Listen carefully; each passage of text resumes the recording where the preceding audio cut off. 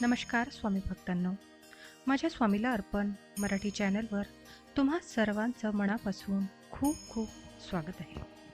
मंडळी, संपूर्ण भारतात गुरुपौर्णिमेला विशेष असे महत्त्व आहे. गुरुपौर्णिमा भारतात मोठ्या उत्साहात आणि आनंदात साजरी केली जाते. गुरुपौर्णिमेला आषाढ पौर्णिमा आणि व्यास पौर्णिमा म्हणूनही ओळखले जाते. यंदाची गुरुपौर्णिमा ही 21 जुलै रविवारी 2024ला साजरी केली जाणार आहे.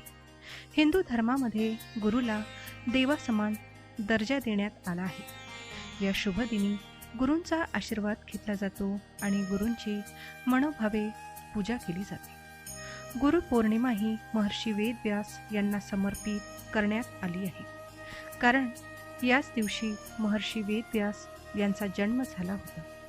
त्यामुळे हा दिवस गुरूंच्या प्रती सन्मान आणि आदर व्यक्त करण्यासाठी साजरा केला जातो.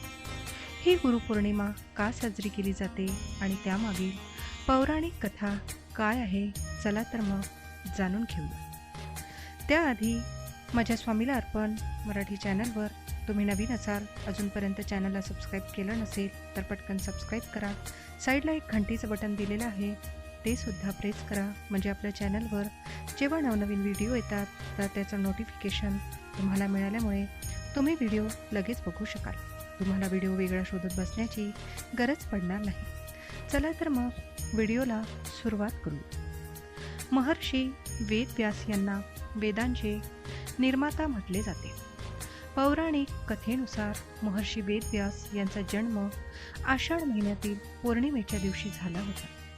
त्यामुळे वेदव्यास यांचा जन्मदिन हा गुरुपौर्णिमा म्हणून साजरा केला जातो. हा दिवस गुरुपौर्णिमा म्हणून साजरा करण्याची परंपरा फार जुनी आहे. महर्षी वेदव्यास यांनी लोकांच्या कल्याणासाठी आणि ज्ञानासाठी श्रीमद भागवद्गीतेसह एकूण 18 पुराणाची रचना केली होती. गुरुपौर्णिमेची पौराणिक कथा अशी आहे की आषाढी पौर्णिमेच्या दिवशी ऋषी पराशर आणि निषाद कन्या सत्यवती यांच्या पोटी महर्षी वेदव्यास यांचा जन्म झाला. असे म्हटले जाते की वेदव्यास यांनी बालपणीच त्यांच्या पालकांना परमेश्वराचे दर्शन देण्याची इच्छा व्यक्त केली होती, परंतु त्यांची आई सत्यवतीने ही इच्छा नाकारली. मग वेदव्यास हट्टीपणा करू लागले. त्यावर त्यांच्या आईने वेदव्यास यांना जंगलात जाण्याचा आदेश दिला. तसेच जेव्हा तुम्हाला घरची आठवण येईल तेव्हाच परत या असेही सांगितले. त्यानंतर वेदव्यास यांनी घनदाट अरण्यात घोर तपश्चर्या केली. त्यांच्या या घोर तपश्चर्येमुळे त्यांना पुण्यप्राप्ती झाली आणि वेदव्यासांनी संस्कृत भाषेवर प्रभुत्व मिळवले. यानंतरच त्यांनी 4 वेदांचा विस्तार केला.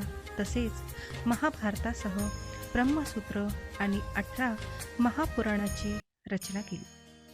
महर्षी वेदव्यास यांना 4ही वेदांचे ज्ञान होते. त्यामुळेच या दिवशी गुरुची पूजा करण्याची परंपरा शतकानुशतके चालत आलेली आहे. तर मंडळी, हा व्हिडिओ तुम्हाला कसा वाटला मला कमेंट करून नक्की सांगा. व्हिडिओ आवडला असेल तर व्हिडिओला लाईक करा. जास्तीत जास्त लोकांना हा व्हिडिओ शेअर करा, म्हणजे त्यांनासुद्धा ही माहिती मिळेल. चला तर मग आजच्या व्हिडिओमध्ये एवढेच. मी तुम्हाला परत भेटते अशाच एका नवीन आणि माहितीपूर्ण व्हिडिओमध्ये. तोपर्यंत सर्वांनी काळजी घ्या आणि असेच छान छान माहितीपूर्ण व्हिडिओ पाहण्यासाठी आजच आपल्या स्वामीला अर्पण मराठी चॅनलला सबस्क्राईब करा. धन्यवाद. श्री स्वामी समर्थ. जय जय स्वामी समर्थ.